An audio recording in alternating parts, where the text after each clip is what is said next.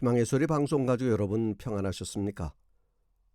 오늘 여러분의 삶에서 예수님을 가장 소중한 분으로 모시고 살아가는 매 발걸음이 행복이 넘치는 시간들이 되시기를 기도합니다. 저는 김인환 목사입니다. 오늘 여러분들과 함께 나눌 은혜의 말씀은 고린도후서 4장 7절에서 10절입니다. 우리가 이 보배를 질그릇에 가졌으니 이는 능력의 쉼이 큰 것이 하나님께 있고 우리에게 있지 아니함을 알게 하려 함이라. 우리가 사방으로 우겨쌈을 당하여도 쌓이지 아니하며 답답한 일을 당하여도 낙심하지 아니하며 핍박을 받아도 버림받지 아니하며 거꾸로 뜨림을 당하여도 망하지 아니하고 우리가 항상 예수 죽인 것을 몸에 짊어짐은 예수의 생명도 우리 몸에 나타나게 하려 함이라.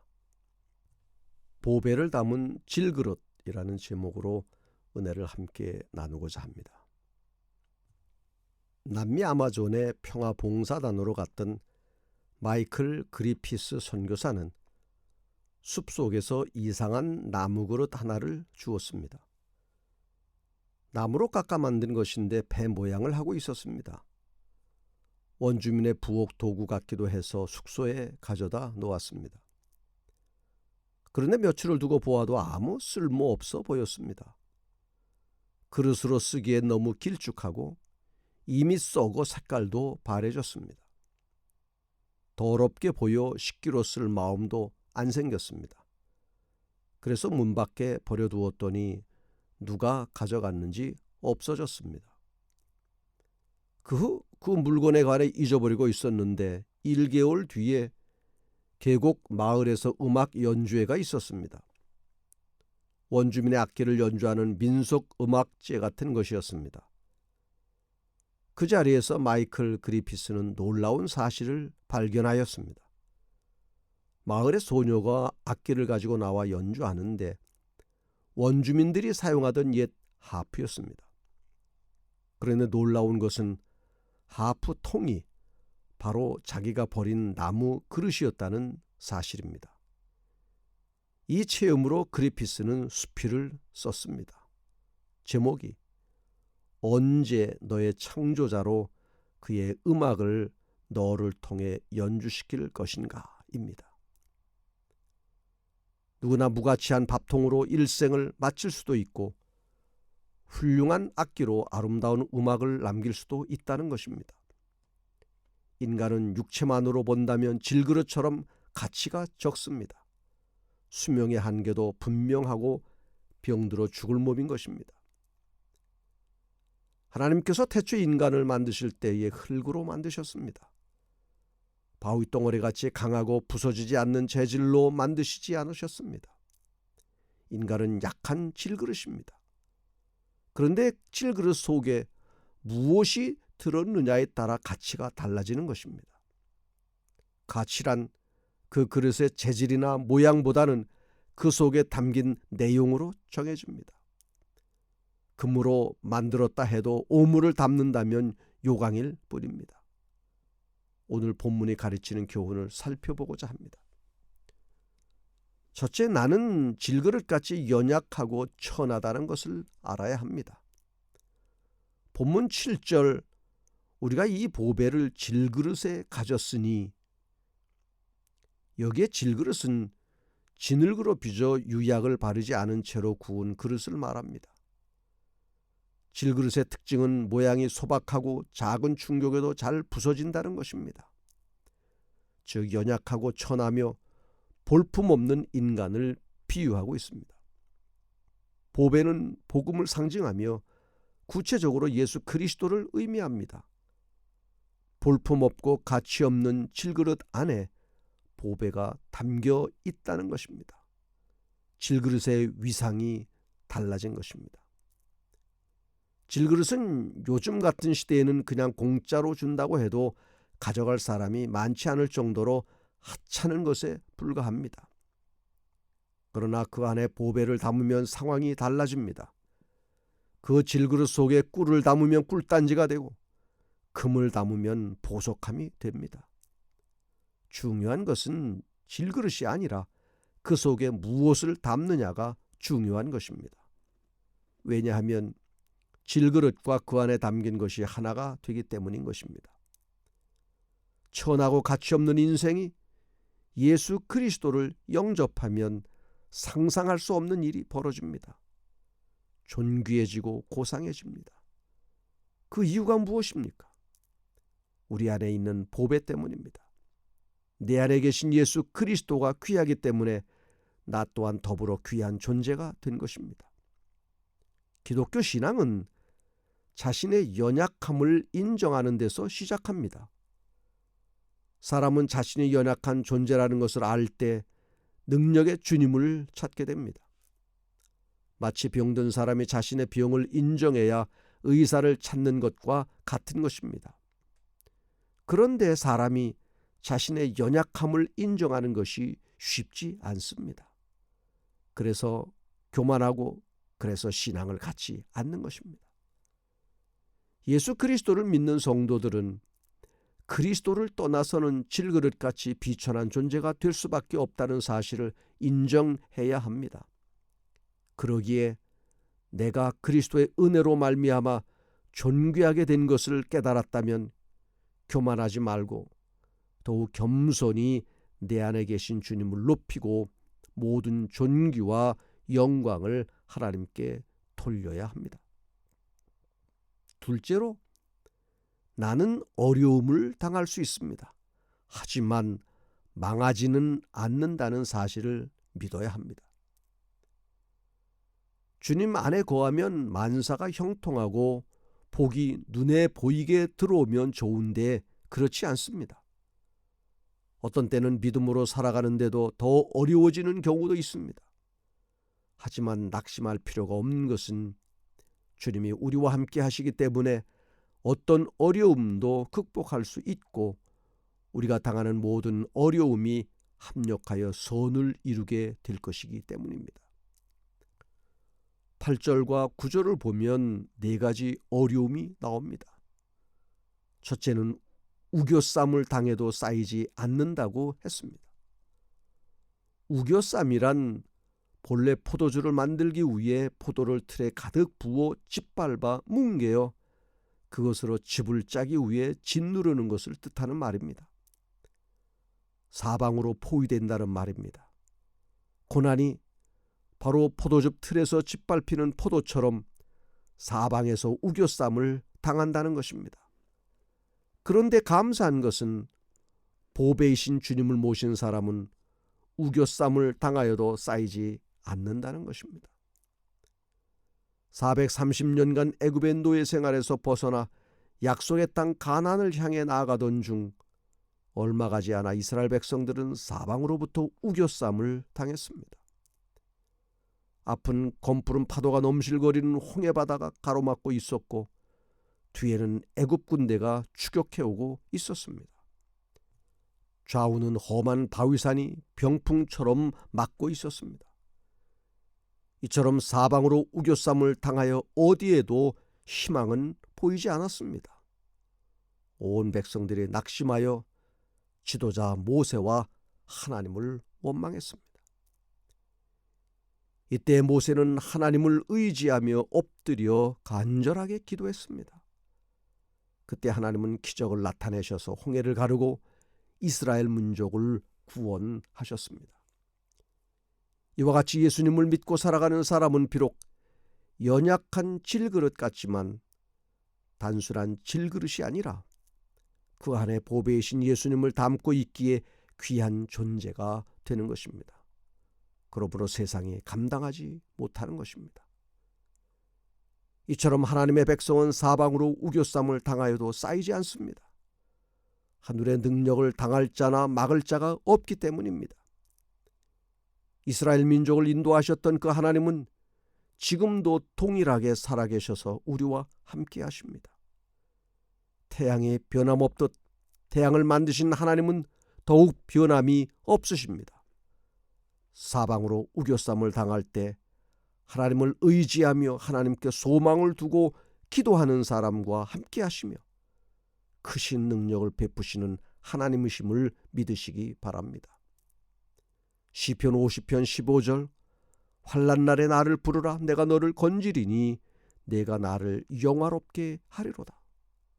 마태복음 28장 20절 볼지어다 내가 세상 끝날까지 너희와 항상 함께 있으리라고 말씀하고 있습니다. 주님은 우리와 함께 하시면서 사방이 막힐 때 하늘의 문을 열어주시는 분이심을 믿으시기 바랍니다.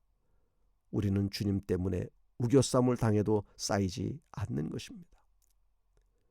둘째는 답답한 일을 당해도 낙심하지 않습니다. 답답하다는 말은 본래 당황하다, 어쩔 줄 모른다는 뜻으로 매우 어려운 상황에서 돌아갈 길이나 피할 길을 알지 못해 당황하고 어리둥절해하는 상태를 의미합니다. 물론 한두 번이 아니라 지속적인 상태입니다. 흔히 이런 상황을 가리켜서 진퇴양난이라고 합니다. 이는 믿음으로 살지 못한 결과가 아니라 오히려 질그릇의 보배를 소유하고 그 보화를 사람들에게 전하는 복음 전도의 삶을 살기 때문에 당하는 어려움과 고난을 뜻하는 것입니다. 우리는 세상을 살아가면서 때때로 답답한 일을 당할 때가 많습니다. 하지만 답답한 일을 당해도 낙심하지 않는다고 말했습니다. 우리가 왜 답답한지 아십니까? 깨닫지 못하면 답답합니다. 풀리지 않으니 답답한 것입니다. 우리가 이 세상에서 계획하고 바라는 일들이 풀리지 않기 때문에 답답한 것입니다. 계획하고 바라는 것이 다 풀려나가면 답답할 일이 없습니다. 안 풀리니까 답답할 때가 많은 것입니다. 내가 풀 수 없는 문제가 있어도 우린 낙심하지 말아야 합니다. 왜냐하면 모든 문제 해답이 되시는 주님이 계시기 때문입니다. 답답할 때 자기 혼자 문제를 풀려고 하지 말고 주님 앞에 가지고 나오십시오. 그러면 주님께서 답을 주실 줄 믿습니다. 셋째는 핍박을 받아도 버림받지 않습니다. 핍박이라는 말은 본래 사냥이나 전쟁터에서 쫓기는 상태를 가리키는 말로 박해를 피해 한 곳에 정착하지 않고 마차를 타고 배를 타고 급히 도망을 하는 모습을 떠올립니다. 하지만 우리는 박해를 받아도 버림받지 않습니다. 초대교회 당시 스데반은 돌에 맞아 죽었습니다. 스데반이 돌에 맞아 죽을 때 그는 사람들에게는 버림을 받았으나 하나님께는 버림을 받지 않았습니다. 오히려 하늘문이 열리고 보좌 우편에 앉아 계신 주님이 일어서서 스데반을 응원하시는 것을 보았습니다. 그래서 스데반은 박해를 받고 죽으면서도 그 얼굴이 천사의 얼굴 같았고 자기를 돌로 치는 자들을 위하여 기도할 수 있었던 것입니다. 믿음으로 살아가며 하나님의 율법에 충성한다는 이유 때문에 세상의 눈총을 받으며 때로 여러 종류의 불이익을 당하고 소외당하는 성도들을 하나님은 결코 잊지 않으실 줄 믿습니다. 그들이 비록 사람들에게는 버림을 받을는지 몰라도 하나님은 절대로 버리지 않으심을 믿으시기 바랍니다. 넷째로 거꾸로뜨림을 당해도 망하지 않습니다. 거꾸로뜨림을 당한다는 것은 죽는다는 말입니다. 성도들이 거꾸로뜨림을 당할 수 있습니다. 하지만 망하지 않습니다. 그리스도인의 특징은 넘어지지 않는 것이 아니라 넘어져도 다시 일어나는 것입니다. 예수 그리스도를 믿으면 어떠한 환난이나 역경이 와도 이겨낼 수 있는 믿음이 작동하는 것입니다. 다윗은 시편 37편 23, 24절에서 고백했습니다. 여호와께서 사람의 걸음을 정하시고 그의 길을 기뻐하시나니 그는 넘어지나 아주 엎드러지지 아니함은 여호와께서 그의 손으로 붙드심이로다. 잠언 24장 16절 대저 의인은 7번 넘어질지라도 다시 일어나려니와 악인은 재앙으로 말미암아 엎드러지느니라. 마귀는 그리스도인들을 넘어뜨리려고 온갖 방법을 동원하기 때문에 우리들에게는 여러 가지 어려움이 찾아올 수 있지만 우리는 결코 망하지 않습니다. 오히려 십자가를 통과하면 부활이 있는 것처럼, 광야를 통과하면 가나안이 기다리는 것처럼 하나님은 우리가 당하는 고난보다 더 풍성한 것들로 예비하고 계시다는 것입니다. 어느 목사님이 고통을 당하고 있는 성도를 찾아가서 보석 2개를 보여주면서 위로의 말을 했습니다. 어느 보석이 더 빛나게 보이나요? 그 성도는 더 빛나는 보석을 가리켰습니다. 같은 보석인데 하나가 다른 하나보다 더 눈부시게 빛나고 있었습니다. 목사님이 말했습니다. 이 보석은 8번 깎았지만 더 빛나는 이 보석은 80번 깎았습니다. 하나님께서 시련을 주실수록 더욱 빛나게 됩니다. 라고 말했다고 합니다. 주님을 모신 사람도 어려움을 당하지만 절대 망하지 않는다는 사실을 믿으시기 바랍니다. 오늘 힘들고 어렵다고 탄식만 하는 나의 모습을 보면서 사도 바울이 당한 고난과 비교하면 아무것도 아닌 것을 가지고 낙심하고 좌절할 때가 많습니다.